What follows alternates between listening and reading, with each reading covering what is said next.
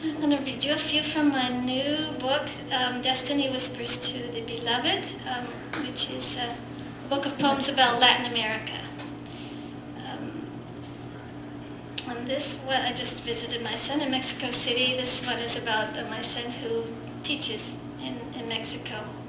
And as you know, the city itself is built on Tenochtitlan, the place of the old Aztec city, and the subway goes underground in the midst of the city that was covered over by the conquistadors, who took the temple stones and built churches. Teaching English in Mexico City.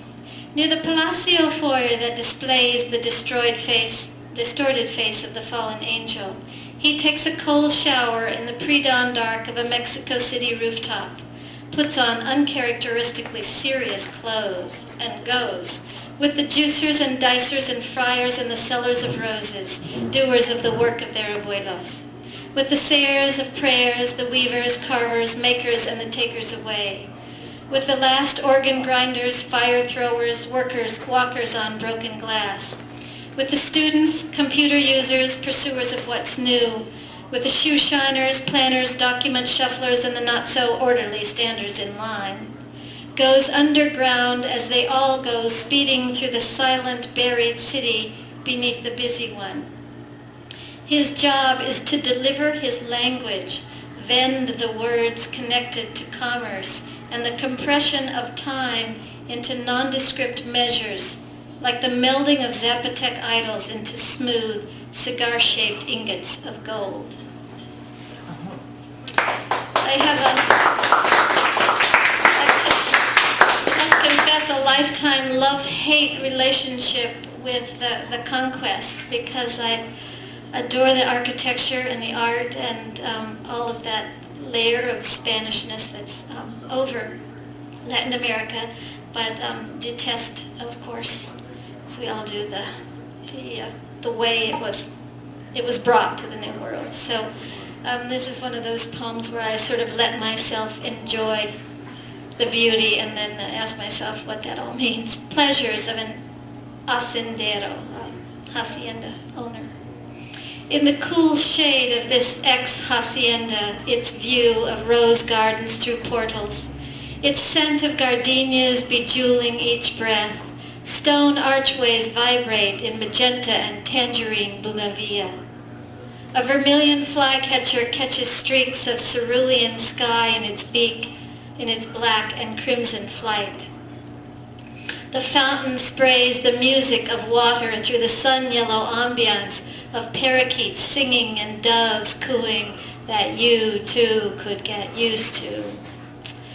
Escaleras between vaulted, vined-over walls rise toward fanciful tropiary delights that obscure through the deep window well a framed St. Michael above a subdued dragon. You might almost be tempted to enslave a few hundred indigenous laborers just to keep it going for a day.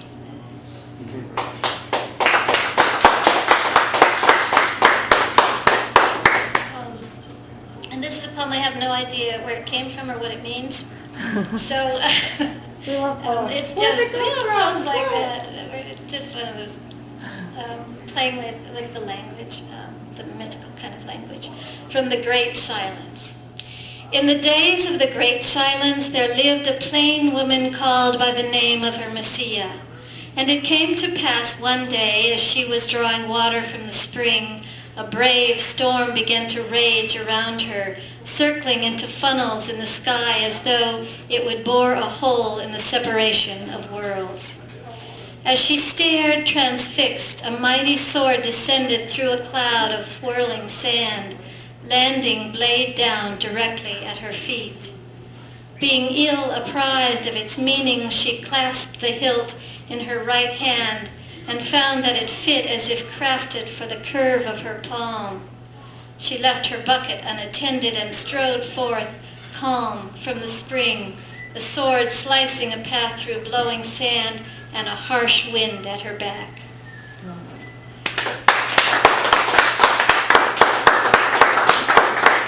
My son's roommate was from from Cuba, and my daughter's going to Cuba this month, so we were talking a lot about Cuba. And in the midst of the country, the market country, where everything is for sale and everyone has something for sale, and the vending is just going on constantly, it's funny to talk and think about Cuba, where there's so much that's necessary for daily life that's not available. For example, matches. In lieu of directing sunlight through a magnifying glass, Cuba. To follow a flame around Havana, start with a dancer from El Diablo Chan Chan, given a match last night by a German client. She sashays down the Malecon with a lit cigarette when Gustavo slows his stride beside her to ask for a light. He touches his cig to the tip of Javier's stub, picked up in an uptown gutter. Javier knows how to go with the gift of fire and shows his treasure like a lapel rose. He ignites 6 hand-rolled Cubans in the next few blocks en route to his job at the soccer ball warehouse, where he is always late anyway. And so goes the day in the city of old glories, where everyone smokes and no one owns a lighter.